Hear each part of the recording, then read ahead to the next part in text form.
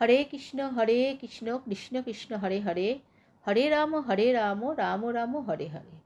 নমস্কার বন্ধুরা, ভক্তিদর্শন চ্যানেলের নতুন পর্বে আপনাদের জানাই অনেক অনেক স্বাগত।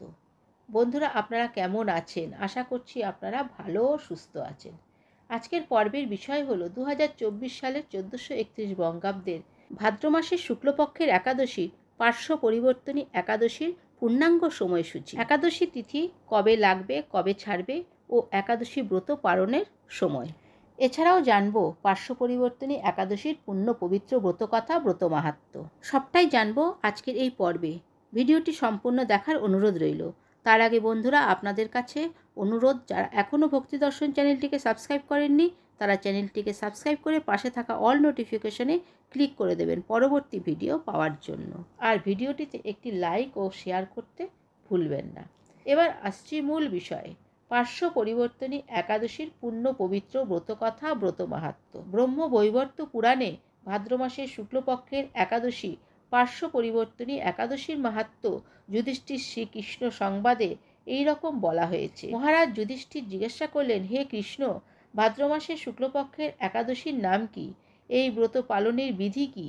এবং এই ব্রত পালনেই বা কি পুণ্যফল লাভ হয়? উত্তরে শ্রীকৃষ্ণ বললেন, হে ধর্মরাজ, মহাপুণ্য প্রদায়িনী, সমস্ত পাপও হারিণী এবং মুক্তিদায়িনী এই একাদশী বাজপেয় যজ্ঞের থেকেও বেশি ফল দান করে।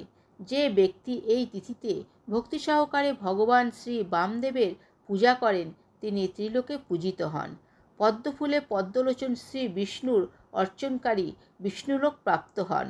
সাহিত্য ভগবান এই তিথিতে পার্শ্ব পরিবর্তন করেন, তাই এই তিথিকে পার্শ্ব একাদশী বা পার্শ্ব পরিবর্তনী একাদশী বলা হয়ে থাকে। যুধিষ্ঠির মহারাজ বললেন, হে জনার্দন, আপনার এ সকল কথা শুনেও আমার সন্দেহ পূর্ণরূপে দূর হয়নি। হে দেব, আপনি কিভাবে শয়ন করেন, কিভাবেই বা পার্শ্ব পরিবর্তন করেন, আর চাতুর্মাস্য ব্রত পালনকারীর কি কর্তব্য এবং আপনার শয়নকালে লোকের কি কি করণীয়, এসব বিষয়ে বিস্তারিতভাবে আমাকে বলুন। আর কেনই বা দৈত্যরাজ বলিকে বেঁধে রাখা হয়েছিল তা বর্ণনা করে আমার সকল সন্দেহ দূর করুন।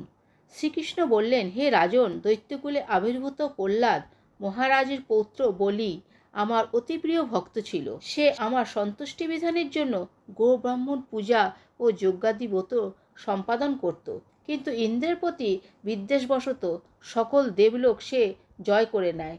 তখন দেবতাগণ সহ ইন্দ্র আমার শরণাপন্ন হয়েছিল।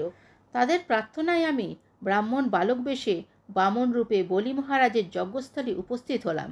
তার কাছে আমি ত্রিপাদ ভূমি মাত্র প্রার্থনা করেছিলাম। সেই তুচ্ছ বস্তু থেকে আরও শ্রেষ্ঠ কিছু সে আমাকে দিতে চাইলেও আমি কেবল ত্রিপাদ ভূমি গ্রহণেই স্থির থাকলাম। দৈত্যগুরু শুক্রাচার্য আমাকে ভগবান রূপে জানতে পেরে বলি মহারাজকে ওই দান দিতে নিষেধ করল, কিন্তু সত্যশ্রয়ী বলি গুরুর নির্দেশ অমান্য করে আমাকে দান দিতে সংকল্প করল।